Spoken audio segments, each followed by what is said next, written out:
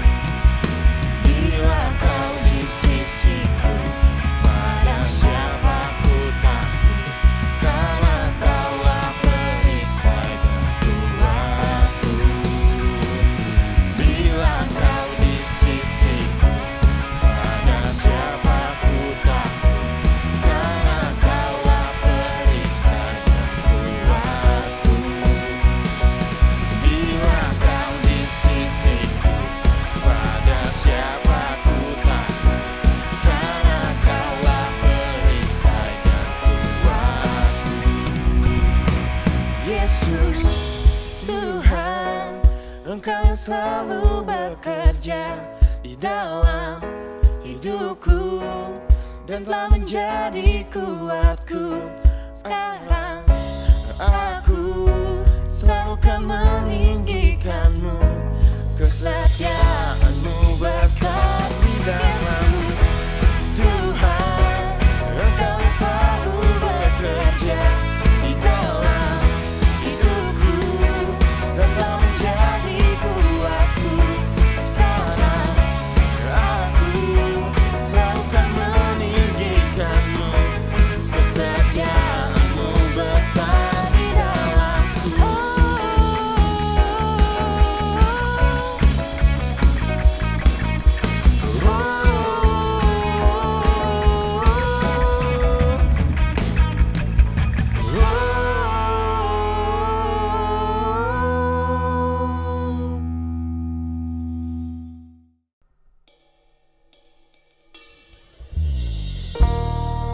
Sebelum mendengarkan firman Tuhan, mari kita siapkan hati kita.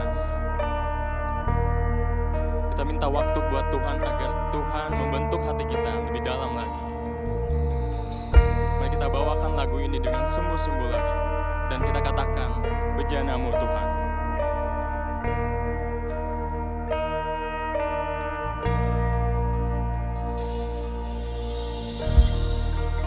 Kekuatan di jiwaku,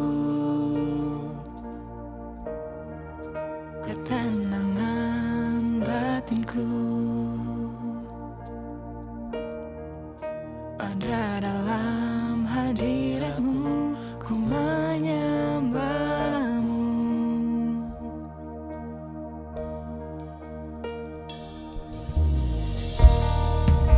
Tersungkurku di kaki-Mu,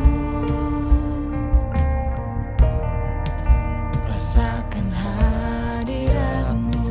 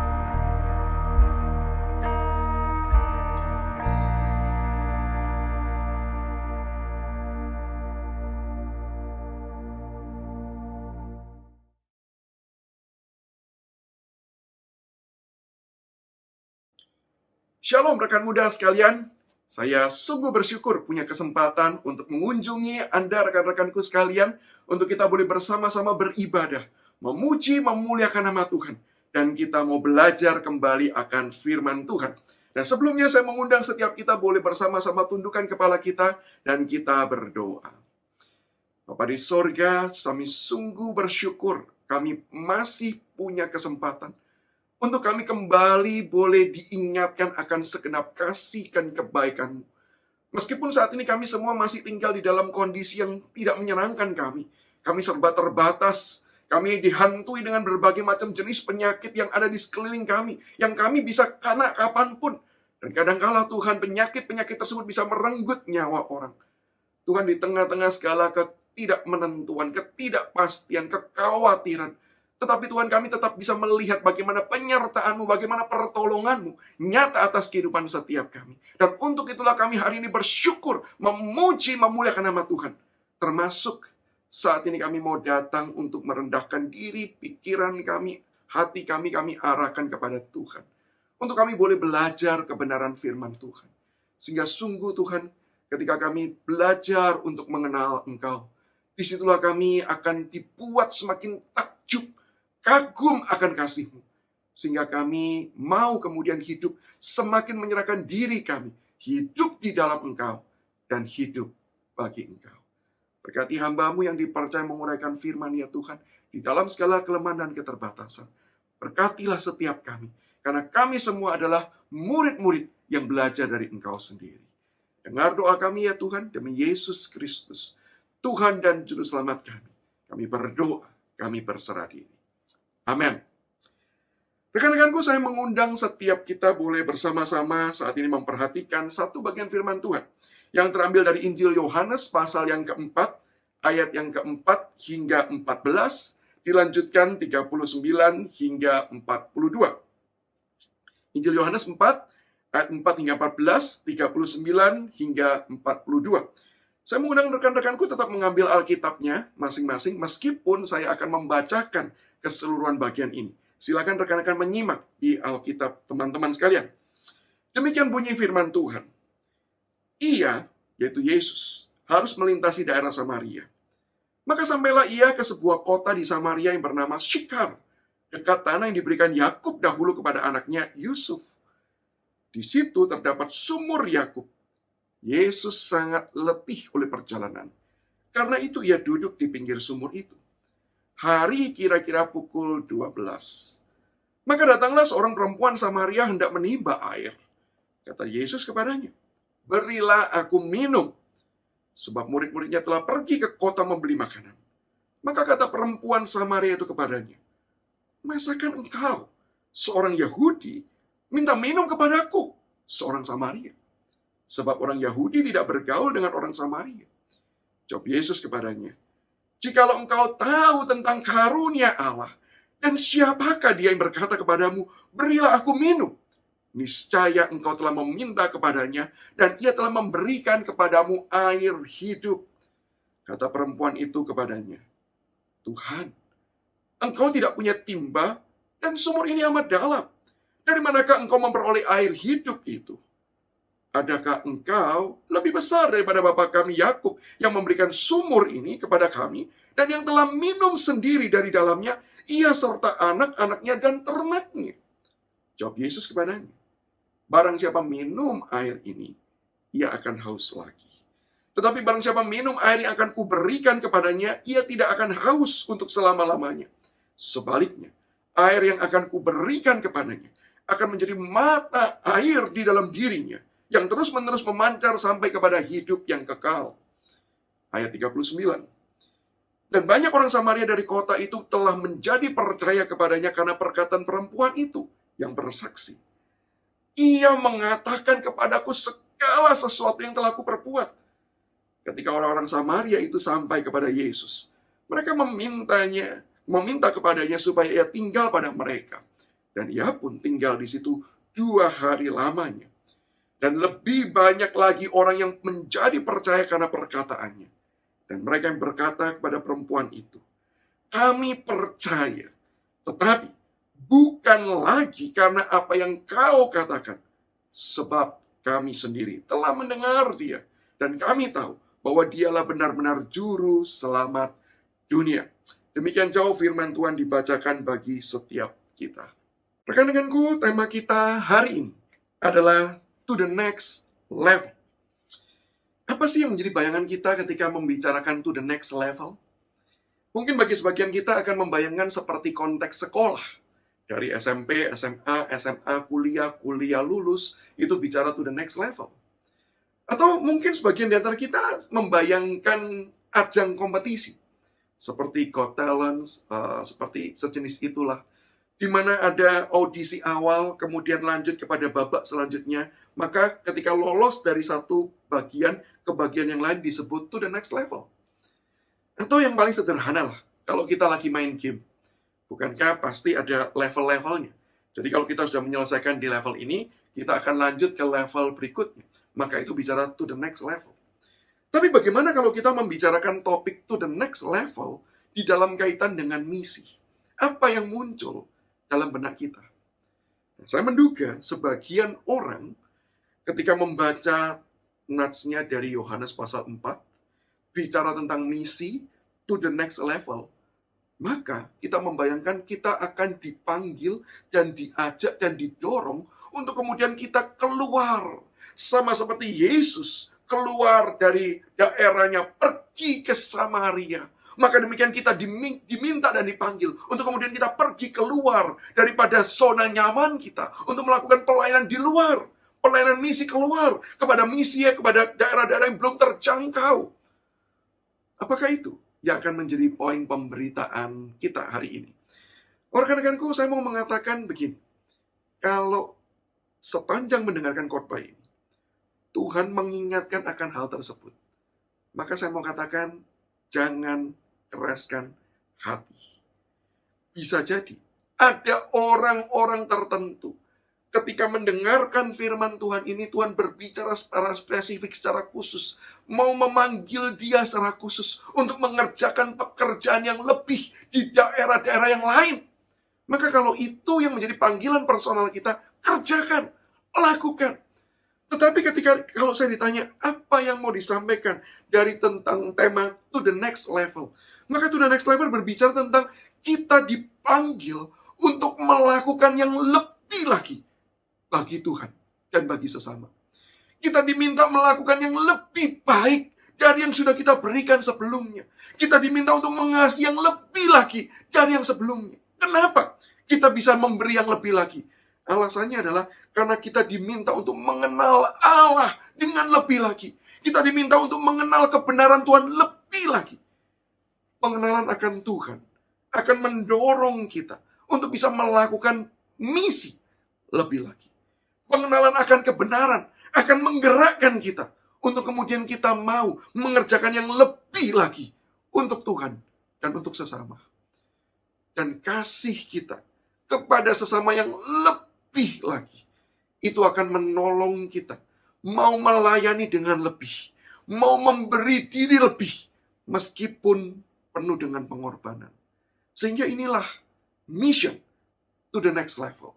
Belajar untuk memberi diri yang lebih lagi bagi orang lain, sesuai dengan panggilan yang Tuhan percayakan dalam kehidupan setiap kita.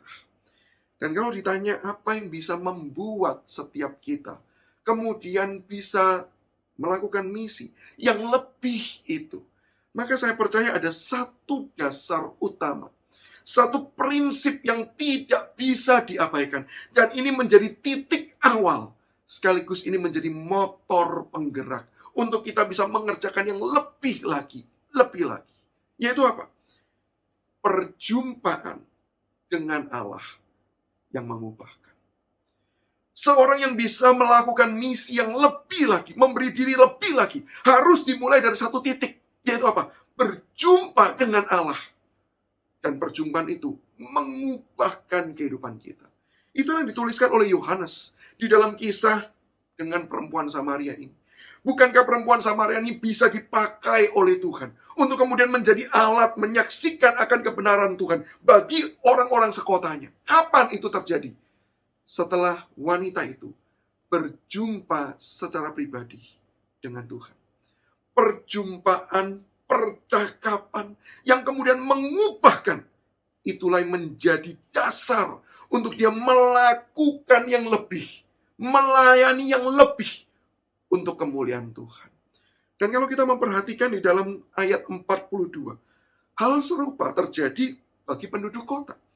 Dituliskan demikian, kami percaya, tetapi bukan lagi karena apa yang kau katakan. Ini penduduk kota berkata kepada perempuan tersebut, kami percaya bukan lagi karena engkau yang mengatakan, tetapi apa? Sebab kami sendiri telah mendengar dia. Orang-orang satu kota itu memang dimulai datang kepada Yesus karena ketertarikannya melihat kehidupan wanita Samaria ini yang diubahkan. Tetapi mereka mengakui bahwa mereka pada akhirnya bukan mendasarkan iman kepada kesaksian tersebut, tetapi karena mereka berjumpa secara pribadi dengan Tuhan. Dan perjumpaan itu yang mengubahkan mereka. Itulah yang menjadi prinsipnya. Sehingga sekali lagi, prinsip penting ketika kita mau melakukan misi to the next level. Pertanyaannya adalah, apakah kita pernah mengalami perjumpaan secara pribadi dengan Tuhan?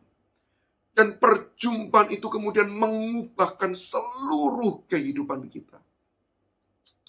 Dan rekan-rekanku, ketika berbicara tentang perjumpaan dengan Tuhan, kalau kita pelajari dari firman Tuhan ini, ada satu hal yang menarik. Perjumpaan pribadi dengan Tuhan yang dialami oleh wanita Samaria ini sebenarnya bukanlah perjumpaan yang wajar atau seharusnya terjadi demikian. Ini bukanlah perjumpaan yang normal. Kalau kita baca dengan kacamata kita saat ini, ya kita menganggap sah-sah saja kan. Yesus sedang ada di Samaria, sedang capek, duduk, ketemu dengan perempuan Samaria, ya kebetulan berjumpa dan ngobrol. Wajar bukan? Tentu dalam kacamata kita saat ini. Tetapi kalau kita belajar, ini bukan perjumpaan yang wajar. Kenapa? Yang pertama, Yohanes sudah menuliskan dengan jelas, pada waktu itu orang Yahudi tidak bergaul dengan orang Samaria. Ada ketegangan antar bangsa, ketegangan antar ras. Karena apa? Orang Yahudi menganggap orang Samaria itu half blood, darah campuran. Karena mereka sempat, walaupun berasal dari keturunan Yahudi, kawin campur dengan bangsa lain. Sehingga mereka dianggap lagi tidak murni. Dan sejak saat itu, orang Yahudi memutuskan tidak lagi akan bergaul dengan orang Samaria. Maka ketika Yesus, orang Yahudi, Allah yang datang menjadi manusia di dalam bangsa Yahudi, kemudian berjumpa dan bercakap-cakap, bergaul dengan perempuan Samaria ini, maka kita tahu, ini tidak normal pada konteks zaman itu. Ditambah lagi yang kedua, konteks budaya pada masa itu memberitahu kita, pria dan wanita yang tidak pasangan, itu umumnya tidak melakukan percakapan secara personal, one by one, di ranah privat. Itu budaya pada waktu itu. Yang mungkin bagi kita sekarang aneh banget. Tapi itulah yang terjadi zaman dahulu. Sehingga ketika kita tahu bahwa di waktu itu, kalau ada pria, ada wanita, ngobrol berduaan di tengah-tengah area yang publik, maka itu dianggap sesuatu hal yang aneh sekali. Apalagi, Yesus memulai percakapan dengan meminta tolong. Kalau kita gabungkan poin pertama dengan poin kedua ini, Yesus orang Yahudi, laki-laki, berbicara dengan wanita Samaria. Dan Yesus meminta tolong. Jelas ini bukan percakapan yang wajar dan normal pada waktu itu. Dan yang ketiga, Yohanes menuliskan bahwa pada waktu itu Yesus dan para murid sebenarnya sedang menuju ke Galilea dari Yudea. Dan kalau kita perhatikan dari peta di sini, kita akan bisa mendapati bahwa Yesus itu dari bawah, dari Yudea, mau ke Galilea. Dan sebenarnya memang rute yang garis lurus, memang betul melewati Samaria. Tetapi di zaman itu, karena konflik antara orang Yahudi dengan orang Samaria, maka banyak orang Yahudi yang memutuskan untuk kemudian berjalan memutar. Dari bawah, dia akan pergi kemudian ke sebelah kanan, baru kemudian naik ke atas. Lebih baik memutar daripada masuk ke kota Samaria. Tapi kalau ditanya begini, ada nggak sih orang-orang Yahudi yang kemudian masuk melalui kota Samaria supaya cepat nyampe ke daerah tujuan? Jelas jawabannya ada. Dan umumnya hal itu akan dilakukan oleh orang Yahudi, entah dari bawah ke atas atau atas ke bawah, dan melewati Samaria ketika mereka dalam kondisi tergesa-gesa. Mau nggak mau, karena waktu lebih cepat lebih baik, maka mereka memilih melewati Samaria. Apakah Yesus tergesa-gesa? Kalau kita membaca setelah orang satu kota itu mengenal Yesus, mereka berkata, Yesus tinggallah di sini. Harusnya kalau Yesus tergesa-gesa, dia akan berkata, sorry, jadwal saya padat. Lain kali ya, nanti undang kontak sekretaris saya, nanti saya berikan jadwal khusus ke Samaria. Harusnya seperti itu. Tapi Yesus justru menyempatkan diri bermalam beberapa hari di sana. Menunjukkan apa? Dia sebenarnya tidak tergesa-gesa. Dan kalau mengikuti pola harusnya Yesus bisa berjalan memutar. Seperti kebiasaan orang pada umumnya. Tetapi Yesus tidak demikian. Maka tidak heran Yohanes kemudian menuliskan bahwa Yesus harus masuk ke Samaria. Kata harus bukan berarti tidak ada jalan lain. Kata harus bukan berarti Yesus tidak punya pilihan. Kata harus justru menyatakan itulah pilihan Yesus. Di antara banyak pilihan yang lain, Yesus justru memilih mau masuk ke Samaria. Karena apa? Karena dia mau melakukan pekerjaan di sana. Dia mau menjumpai wanita itu. Dia mau memberkati wanita itu. Dia mau mengubahkan kehidupannya. Dia mau memakai wanita itu to the next level. Maka Yesus sengaja masuk ke sana, menerobos banyak hal. Menobros batas-batas rasisme. Bangsa satu dengan bangsa yang lain menganggap lebih rendah. Bukankah itu rasisme? Yesus menerobos semua batasan tersebut. Batasan seksis juga diterobos. Menganggap pria lebih baik daripada wanita. Yesus juga menerobos. Sehingga dia mau datang, mau berbicara dengan wanita. Bahkan mau meminta tolong. Yesus rela melakukannya. Bahkan sebenarnya rekan-rekanku, kalau kita mau perhatikan dengan konteks yang lebih luas, Yohanes pasal pertama, ayat yang ke-10 mengatakan demikian. Ia telah ada di dalam dunia, dan dunia dijadikan olehnya, tetapi dunia tidak mengenalnya. Ayat 11. Ia datang kepada milik kepunyaannya, tetapi orang-orang kepunyaannya itu tidak menerimanya. Yesus tahu dia ditolak. Yesus tahu dia dibenci. Orang-orang yang berdosa itu menolak dia, tetapi justru dia memilih untuk datang. Yesus bukan hanya menerobos batasan-batasan budaya yang berdosa pada waktu itu. Tapi Yesus juga menerobos satu rintangan yang paling besar, yaitu dosa yang memisahkan antara Allah dengan manusia. Yesus memilih untuk masuk, memilih untuk kemudian menjumpai orang-orang berdosa. Dengan tujuan apa? Untuk mengubahkan kehidupan mereka. Saya yakin dan percaya inilah yang juga Yesus akan kerjakan di dalam kehidupan setiap kita.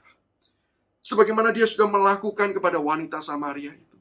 Sebagaimana dia juga sudah melakukan kepada banyak murid-muridnya. Dia menjumpai mereka secara personal. Kita mengingat bagaimana ketika ia berjumpa dengan murid-murid pertamanya. Petrus kemudian berkata, pergilah guru, aku orang yang berdosa tidak layak. Yesus bukan berkata, bagus sadar, aku akan pergi. Tapi Yesus juga berkata, aku mau menjadikan engkau penjala manusia. Yesus menjumpai secara personal. Supaya mengubahkan hidup orang tersebut. Sehingga ia bisa melakukan misi to the next level.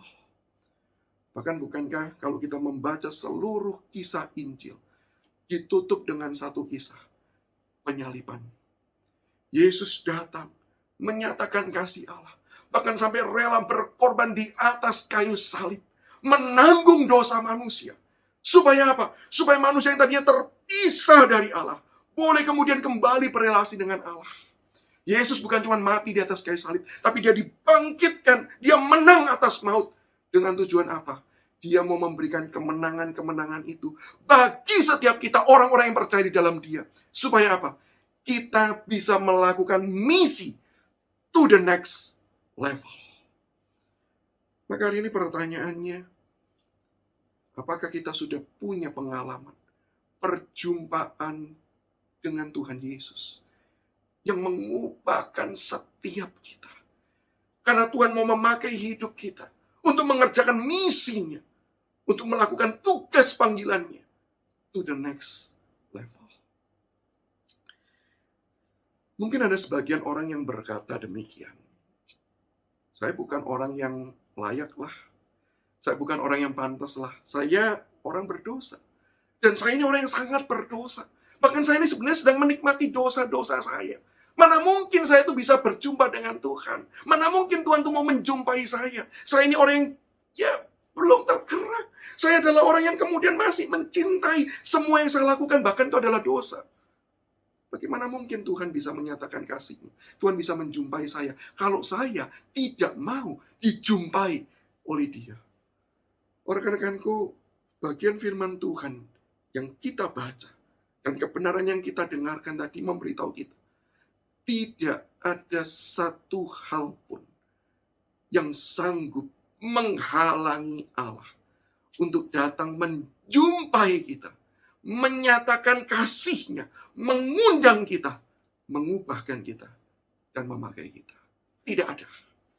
Budaya sekuat apapun, tradisi yang sudah dijalankan turun-temurun, pandangan publik yang selama ini berlaku, bahkan dosa, tidak sanggup menghalangi Allah menjumpai engkau, menjumpai aku, untuk mengubahkan hidup kita, dan kemudian memakai hidup kita, mengerjakan misi kerajaan Allah. Dan itulah rekan-rekanku yang disaksikan oleh seorang rekan yang pernah bercerita kepada saya bagaimana dia hidup di dalam dosa. Dia menikmati kehidupan dosanya. Dimulai dari kebiasaan dia menyaksikan pornografi. Dia melihat tayangan-tayangan yang kemudian membuat birahinya itu semakin berkembang. Dan dia bahkan berkata bahwa dia menikmati. Dia menikmati semua itu dan dia merasa bahwa itu wajar, itu normal, itu fine-fine saja. Siapa sih yang tidak melakukannya? Tetapi dia tidak pernah berhenti sampai di titik itu. Dia melanjutkan bukan cuma menonton. Pada akhirnya dia kemudian menjadi pelakunya. Dia mulai berani bermain seks dengan orang-orang yang dia bahkan tidak kenali. Dia mau membayar orang-orang tersebut. Bahkan lama-kelamaan dia terbiasa setiap kali dia melakukan perjalanan, dia melakukannya. Dia membayar, dia menikmati akan seks dan dia berkata, it's fine. I love my life like that. Dan rekan-rekanku, satu kali dia bercerita selesai dia melakukan relasi seksual tersebut. Kemudian sang wanita itu dibayar dan pergi. Lalu si pria ini, rekan ini terbaring di tempat tidur. Dia menatap langit-langit itu dan dia merasa, kenapa aku nggak puas? Kenapa aku nggak puas? Dia berpikir apakah ada yang salah? Padahal tadi dia berkata, saya enjoy. Tapi kenapa tetap ada rasa kosong setelah itu? Dan kemudian dia putuskan, dia pergi ke kamar mandi. Dia cuci wajahnya, dia mandi, dan kemudian dia berkaca. Dan ketika dia berkaca, dia menyaksikan satu wajah, yaitu wajah dirinya yang harusnya senang, yang harusnya bisa berkata, saya menikmati karena ini yang saya cari-cari, ini yang saya inginkan dan saya terpuaskan nafsu seksual saya. Tapi justru dia melihat wajahnya bukan wajah yang penuh kebahagiaan. Dan di titik itulah dia berkata, ada satu suara berbicara di dalam hatinya. Suara yang lembut dan menyapa dia, mengingatkan bahwa itu semua tidak akan memuaskan dia. Kecuali ia datang kepada Tuhan. Tiba-tiba dia diingatkan akan cerita Alkitab yang dia pernah baca pada waktu dia kecil. Dan tiba-tiba dia diingatkan pada lagu-lagu yang pernah ia dengar. Dan ketika dia mendengar lagu tentang kasih Allah yang besar itu, dia menangis. Bahkan itu kemudian bertobat. Dan setiap kali dia cerita, kalau orang lain bertobat, di kebaktian. Orang lain bertobat pada waktu ikut KKR.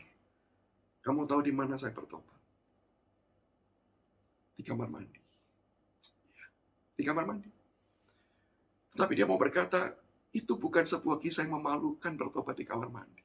Tapi justru itu menunjukkan betapa besarnya kasih Tuhan. Sampai-sampai ketika aku itu sudah melakukan yang begitu bejat di matanya. Sampai ke kamar mandi pun aku dikejar. Sampai ke tempat di mana aku tidak pernah membayangkan aku akan bertobat dan menyerahkan hidupku. Dia mencari aku, dia menangkap aku, dan dia mengubahkan hidupku. Dan saat ini rekan ini menjadi seorang pelayan Tuhan yang setia melayani Tuhan. Setia berkobar-kobar mengerjakan pekerjaan bagi Tuhan. Melayani dengan lebih baik, lebih baik, lebih baik dari waktu demi waktu.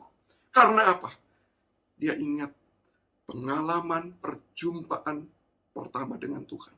Yang mengubahkan total kehidupannya. Dan dari situlah dia terus bertumbuh di dalam pengenalan akan Tuhan. Dia semakin diajak untuk mencintai Tuhan. Dan dari situlah dia hidup bagi Tuhan. Rekan-rekanku, itu juga yang mengingatkan saya kepada pengalaman hidup saya secara pribadi. Saya lahir dalam keluarga Kristen, dididik dengan sangat baik sekali. Di dalam tradisi-tradisi dan ritual kehidupan orang Kristen. Saya membaca Alkitab sejak saya kecil, saya rajin ke gereja, dan tidak pernah menonton Doraemon. Saya nggak tahu apakah jamnya, apakah itu makan masih tayang, saya tidak tahu. Di zaman saya ada Doraemon, jam 8, jam Power Ranger. Setelah itu kemudian, saya tidak menonton semua itu dan pergi ke gereja. Saya melakukan semuanya tersebut. Tetapi jauh di dalam hati saya merasa begini loh. Jadi orang Kristen tuh nggak menyenangkan ya. Jadi orang Kristen tuh hidupnya flat. Hidupnya datar. Saya ingin hidup saya itu kayak ada challenge-nya, ada rasa tantangannya. Maka saya putuskan saya mau jadi anak nakal. Dan saya mencoba jadi anak nakal di hadapan teman-teman saya berani tampil nakal apa adanya. Di hadapan orang tua, guru sekolah minggu, saya akan menjadi kelihatan anak baik. Padahal itu semua adalah topeng. Untuk apa? Membuat kenakalan saya tidak tercium. Dan sejak saat itu, kalaupun saya pergi ke gereja, itu cuma ritual, itu cuma kebiasaan, itu cuma tradisi, tanpa saya menikmati semuanya. Sampai akhirnya ada satu retreat yang diadakan oleh gereja. Saya diajak, dan semua teman-teman berpikir bahwa yang namanya Samuel pasti akan ikut. Dia anak gereja, nggak mungkin dia nggak ikut. Tapi untuk pertama kalinya teman saya ketika tanya, kamu ikut ya? Aku mau ikut juga. Lalu saya berkata, saya nggak ikut. Dan dia kaget. Bagaimana mungkin seorang Samuel bisa tidak ikut retreat? Dan itu kemudian dilaporkan kepada guru sekolah minggu. Kemudian dilaporkan kepada orang tua saya. Jadilah konflik. Sampai kemudian saya dipaksa untuk ikut. Dan akhirnya saya putuskan, ya udahlah, saya terpaksa ikut. Dan sepanjang saya mengikuti retreat tersebut, saya buat komitmen dalam hati saya. Saya tidak mau dengar khotbah. Kenapa? Saya takut bertobat. Itu yang saya katakan dalam hati saya. Saya takut saya bertobat. Saya sudah menikmati semua dosa-dosa ini. Saya takut saya bertobat. Sehingga dari waktu demi waktu, dari sesi demi sesi, saya nggak dengarkan. Caranya bagaimana? Di zaman itu belum ada Alkitab elektronik, semua masih pakai buku Alkitab cetak. Dan di lembaran-lembaran yang kosong itu kemudian saya coret-coret. Saya coret-coret, saya gambar-gambar. Saya tidak mau dengarkan sama sekali. Saya alihkan perhatian saya dengan cara apapun. Sesi demi sesi berlalu, saya tidak dengarkan. Saya bahkan tidak ingat siapa pengkhotbahnya. Saya tidak tahu apa yang diceritakan. Hari demi hari berlalu. Dan saya tahu, hari ketiga malam, hari KKR. Walaupun dulu saya tidak tahu namanya KKR. Saya cuma tahu itu hari nangis-nangisan. Malam nangis-nangisan. Sehingga saya berkata, saya kalau sudah berhasil lolos dari hari 1, hari 2, hari 3 ini harus berhasil. Kalau hari 3 saya berhasil, saya nggak akan bertobat. Dan saya coba lakukan itu. Dan di KKR itu, semua pembina sedang berdoa di luar ruangan. Saya duduk di posisi paling belakang. Alkitab saya sudah habis, yang lembaran kosong. Kenapa? Ya semua sesi saya gak coret-coret, habis. Saya belum berani sih nyoret yang ada tulisan Alkitab, karena saya tetap takut dikutuk. Saya tetap percaya Tuhan, walaupun kayak saya tidak mau beriman sungguh-sungguh kepada Dia. Jadi, saya cuma mencoret yang di lembaran-lembaran kosong. Daftar isi itu saya coret-coret. Sampai akhirnya kalau dengar khotbah enggak coret-coret ini gimana? Sudah habis. Maka di waktu itu saya mulai sobekin tuh Alkitab itu. Saya sobek kecil-kecil, saya gulung menjadi bola-bola kecil, dan kemudian saya mulai lempar kepada teman-teman saya. Mulai mengganggu. Dan saya enjoy banget. Teman saya yang di sebelah gitu ya, ketawa-ketawa, saya kasih pelurunya nih. Saya berbagi dengan kamu. Lakukan juga. Wah, saya nggak dengarkan khotbah sama sekali. Sampai pengkhotbahnya kemudian berkata, amin. Mari kita tundukkan kepala. Saya masih menghormati. Saya tundukkan kepala. Tetapi, saya mengalami sebuah pengalaman yang tidak pernah terlupakan. Ketika saya tidak pernah mendengarkan khotbah, saya mengabaikan semuanya. Saya orang yang berkata saya tidak mau bertobat. Di waktu saya menundukkan kepala itu, Tuhan menjumpai saya secara personal. Di dalam hati saya ada satu suara yang kemudian mengingatkan saya betapa saya sudah jauh dan berdosa di hadapan Tuhan. Semua lembaran-lembaran kehidupan saya yang penuh dengan dosa itu dibukakan kembali ketika saya melakukan semua dosa-dosa saya. Biasanya saya bisa berkata, aku enjoy. Tapi di malam itu, saya bisa berkata, saya begitu malu dengan apa yang saya lakukan. Betul-betul semua dibukakan dan saya berkata, saya malu. Lalu suatu berkata, maukah engkau bertobat? Maukah engkau menyerahkan hidupmu kepada Tuhan? Rekan-rekanku, disitulah saya bergumul. Saya tadinya nggak mau bertobat. Tetapi pekerjaan Tuhan itulah yang kemudian menggerakkan hati saya. Dan ketika hamba Tuhan itu berkata, siapa di antara kalian yang untuk pertama kali mau menyerahkan hidup untuk Tuhan? Saya menyerahkan diri. Saya angkat tangan. Saya bertobat. Rekan-rekanku, pengalaman saya ini bukankah menunjukkan saya tidak mau bertobat. Mungkin saya bisa menggambarkan saya seperti Yunus yang kabur, lari jauh dari hadapan Tuhan. Tapi bukankah tidak ada satu hal pun yang menghalangi Tuhan untuk menjumpai kita, untuk mengubahkan kita, dan untuk memakai kita menjadi alatnya, mengerjakan to the next level. Maka ini pertanyaannya dan tantangannya. Jikalau hari ini Tuhan menyatakan kasih-Nya kepada setiap kita, Tuhan yang sudah mati, yang bangkit, yang menyertai kita, menyatakan diri-Nya, menyatakan kasih-Nya bagi setiap kita. Tidak peduli dosamu seberapa dalam. Tidak peduli engkau tidak ada keinginan untuk bertobat, Dia mau datang menjumpai engkau. Pertanyaannya, apa yang menjadi respon setiap kita? Maukah kita menyerahkan diri kita, membiarkan Dia masuk, mengubah kehidupan kita, supaya boleh memakai kita menjadi alat-alat kemuliaan-Nya. Mari kita sama-sama tundukkan kepala. Kita mau mengambil waktu teduh, dan kemudian saya akan tutup di dalam doa. Rekan-rekanku, di tengah-tengah kita beribadah secara personal, mungkin sebagian di antara kita bersama dengan keluarga. Tapi hari ini Tuhan sedang mau menjumpai engkau secara pribadi lepas pribadi. Kalau ada di antara engkau yang selama ini engkau hidup menikmati dosa, engkau selama ini berpikir bahwa hidup saya fine-fine saja, oke-oke saja. Saya adalah tergolong orang yang cukup baik. Tapi ketika firman Tuhan dijabarkan, Tuhan bekerja dalam hati, mengingatkan engkau bahwa engkau tetap adalah orang-orang berdosa yang membutuhkan karya keselamatan dari Allah. Dan ketika engkau menyadari engkau butuh pertolongan Tuhan, engkau nggak sanggup karena engkau betul-betul orang berdosa, kasih Allah dicurahkan bagi engkau. Maukah engkau menyerahkan hidup ke dalam tangan, membiarkan Allah mengubahkan engkau, membiarkan Allah untuk kemudian memakai hidup menjadi alat. Kalau ada di antara rekan-rekanku yang selama ini mungkin bergumul dengan dosa-dosa tertentu. Dosa-dosa itu menjerat kita begitu dalam. Kita sudah kehilangan selera rohani. Kita terikat dengan dosa itu, sehingga hidup kita semakin jauh dari Tuhan.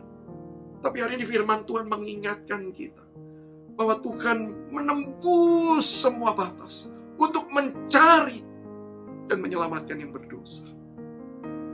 Untuk memberikan kemenangan dan kebebasan. Karena dia bukan cuma mati, tapi dia bangkit dari antara orang mati.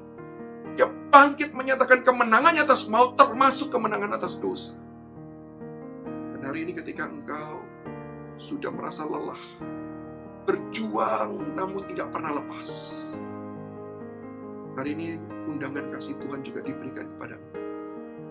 Maukah engkau datang? Maukah engkau mengaku dengan jujur di hadapan Tuhan? Tuhan, engkau tahu yang aku lakukan. Engkau tahu apa yang ada di dalam hati, ada dalam pikiran. Tuhan, engkau tahu betapa aku sudah terjatuh begitu dalam. Serahkanlah hidup. Dan biarlah kasih Allah mengubahkan hidup untuk memakai engkau, mengerjakan misi kerajaan.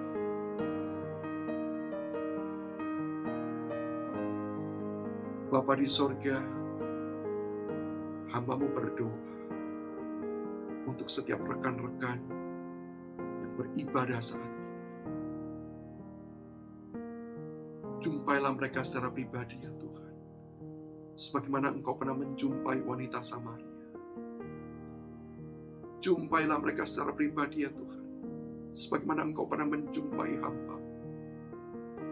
Di tengah-tengah segala keberdosaan, di tengah-tengah segala ketidakinginan untuk bertobat, Engkau tetap datang, Engkau tetap mengulurkan tangan kasih dan mengundang kami untuk hidup di dalam kasih, untuk diubahkan oleh Engkau, dan untuk melayani Engkau.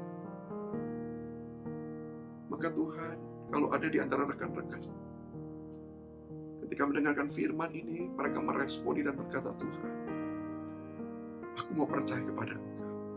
Aku mau menyerahkan hidupku ke dalam tangan. Bapa di surga, hamba-Mu berdoa bagi rekan-rekan. Masuklah Tuhan dalam hati mereka. Bertatalah, berkuasalah, ubahkanlah, berkaryalah. Sehingga rekan-rekan ini Tuhan betul-betul boleh menerima kasih, sukacita yang begitu besar. Dan mereka mau terus tinggal di dalam Engkau. Dan kalau ada di antara rekan-rekan yang bergumul dengan dosa-dosa tertentu, dosa ini selama ini menghalangi mereka untuk datang kepada Engkau. Dosa ini menjerat kaki mereka untuk kemudian mau melangkah mendekat kepada Engkau. Dosa ini kemudian membuat mereka merasa malu dan berkata, sudahlah, aku tidak mungkin diampuni. Oh Tuhan, bukankah Engkau adalah Allah yang datang mencari mereka? Dan ketika mereka mengaku dengan jujur, aku gak sanggup lepas, tolong aku ya Tuhan. Hamba-Mu berdoa, berikanlah kuasa kemenangan atas dosa itu terjadi dalam hidup mereka ya Tuhan. Supaya sungguh ketika mereka mengalami kemenangan-kemenangan di dalam Engkau, mereka dibuat melihat Engkau dengan semakin jelas. Mereka dibuat mengasihi Engkau dengan lebih lagi. Sehingga mereka juga mau menyerahkan hidup mereka ke dalam tangan. Tuhan, berbicaralah, berkaryalah, ubahkanlah, dan pakailah setiap kami seturut yang Kau kehendaki. Ini doa kami Tuhan, ini penyerahan diri kami, hanya di dalam nama Yesus Kristus, Tuhan yang mencari kami, orang-orang berdosa, Tuhan yang mati dan bangkit bagi kami. Kami serahkan seluruh hidup kami, diri kami. Amin. Tuhan Yesus memberkati setiap kita.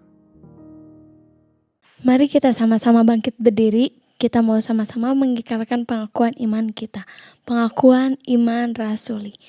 Aku percaya kepada Allah, Bapa yang Maha Kuasa, Khalid langit dan bumi, dan kepada Yesus Kristus anaknya yang tunggal Tuhan kita, yang dikandung daripada Roh Kudus, lahir dari anak darah Maria, yang berita sengsara di bawah pemerintahan Pontius Pilatus, disalibkan, mati, dan dikuburkan, turun ke dalam kerajaan maut. Pada hari yang ketiga bangkit pula dari antara orang mati, naik surga, duduk sebelah kanan Allah, Bapa yang Maha Kuasa, dan dari sana ia akan datang untuk menghakimi orang yang hidup dan yang mati. Aku percaya pada Roh Kudus, gereja yang kudus dan am, persekutuan orang kudus, pengampunan dosa, kebangkitan orang mati dan hidup yang kekal. Amin. Silakan duduk. Mari kita memberikan yang terbaik melalui persembahan kita minggu ini. Teman-teman bisa memberikan persembahan melalui QR Code yang ada di layar teman-teman.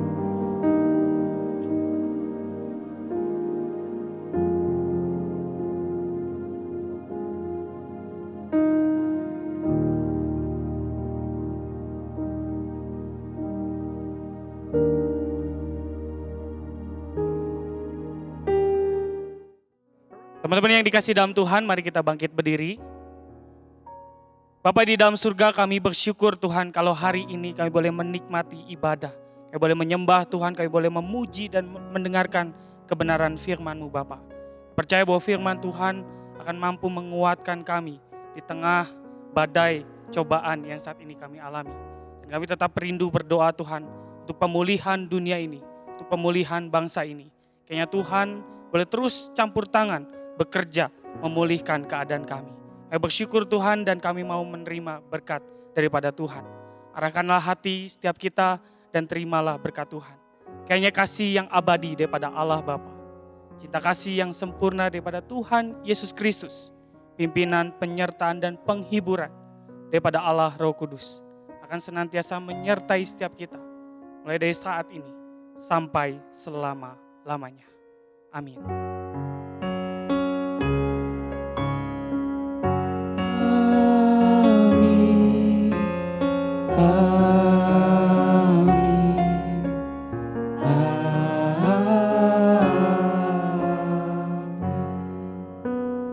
Silakan duduk, teman-teman, ambil waktu teduh.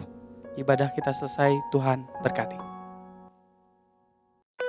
Hai guys, happy Sunday, God bless. Semoga terberkati ya teman-teman dari ibadah kita hari ini. Teman-teman jangan lupa buat ikutan Rise Daily Devotion kita setiap harinya. Terima kasih juga buat teman-teman yang udah ikutan webinar kita kemarin. Semoga semuanya bisa terberkati. Dan jangan lupa buat ikutin pergerakan kita di setiap sosmed yang ada. See you next week guys, God bless.